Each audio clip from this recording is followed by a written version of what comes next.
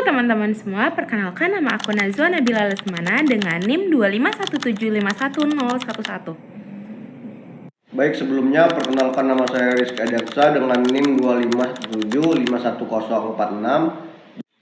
Perkenalkan nama saya Fauzi Aziz dengan NIM 251751005. Jadi di sini saya akan menjelaskan materi growth atau pertumbuhan merujuk pada peningkatan ukuran, kapasitas atau kemampuan baik pada individu, organisasi maupun sistem ekonomi. Dalam kehidupan, growth tanpa evolusi dapat menyebabkan stagnansi.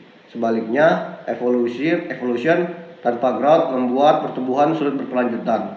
Oleh karena itu, keseimbangan antara growth dan evolution sangat penting untuk mencapai kemajuan yang berkelanjutan dan bertahan di masa depan. Evolution adalah proses perubahan strategis dan berkelanjutan dalam struktur budaya, sistem, dan model bisnis perusahaan untuk menyesuaikan diri dengan dinamika lingkungan bisnis. Ciri-ciri evolution antara lain, yang pertama, bersifat kualitatif dan adaptif, yang kedua, berorientasi jangka panjang, yang ketiga, terjadi pada sistem strategis dan budaya kerja, yang keempat, dipicu oleh perubahan teknologi pasar dan regulasi, yang kelima, membutuhkan kepemimpinan dan manajemen perubahan. Dan selain ada ciri-cirinya, ada juga tujuannya. Tujuan yang pertama adalah menjaga relevansi perusahaan di pasar, meningkatkan daya adaptasi terhadap perubahan, mendorong inovasi berkelanjutan, mengurangi risiko, stagnasi, dan kegagalan, mewujudkan keberlanjutan bisnis jangka panjang. Jadi dapat disimpulkan, evolusi itu proses penyesuaian perusahaan supaya tetap relevan dengan perubahan ekonomi dan dunia kerja yang terus berkembang. Di perkantoran, hal ini terlihat dari cara kerja yang makin digital, cepat, dan efisien. Tujuan utamanya agar perusahaan tetap kompetitif dan tidak kalah saing. Kalau sebuah perusahaan tidak kompetitif dan tidak berevolusi, perusahaan akan stagnan dan sulit bertahan.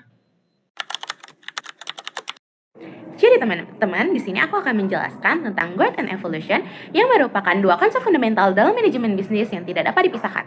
Growth menggambarkan kemampuan perusahaan dalam meningkatkan kinerja secara kuantitatif seperti pertumbuhan pendapatan, laba, jumlah pelanggan, dan skala operasional.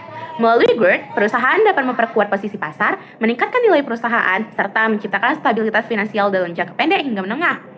Namun, pertumbuhan semata tidak menjamin keberlangsungan bisnis nih teman-teman.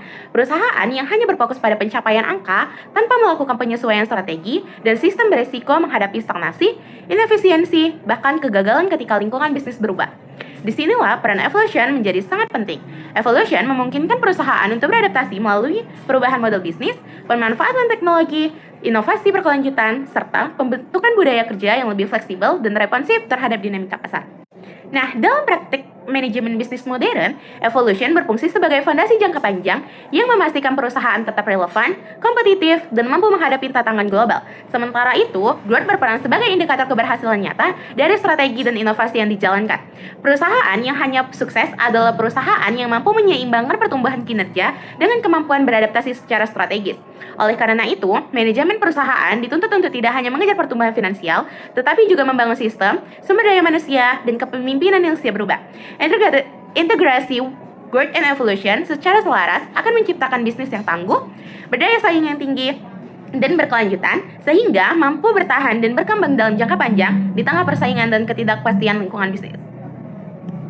Terima kasih teman-teman semua yang sudah menonton video tugas manajemen bisnis kami yang membahas tentang growth and evolution. Semoga bermanfaat untuk teman-teman semua. Bye-bye.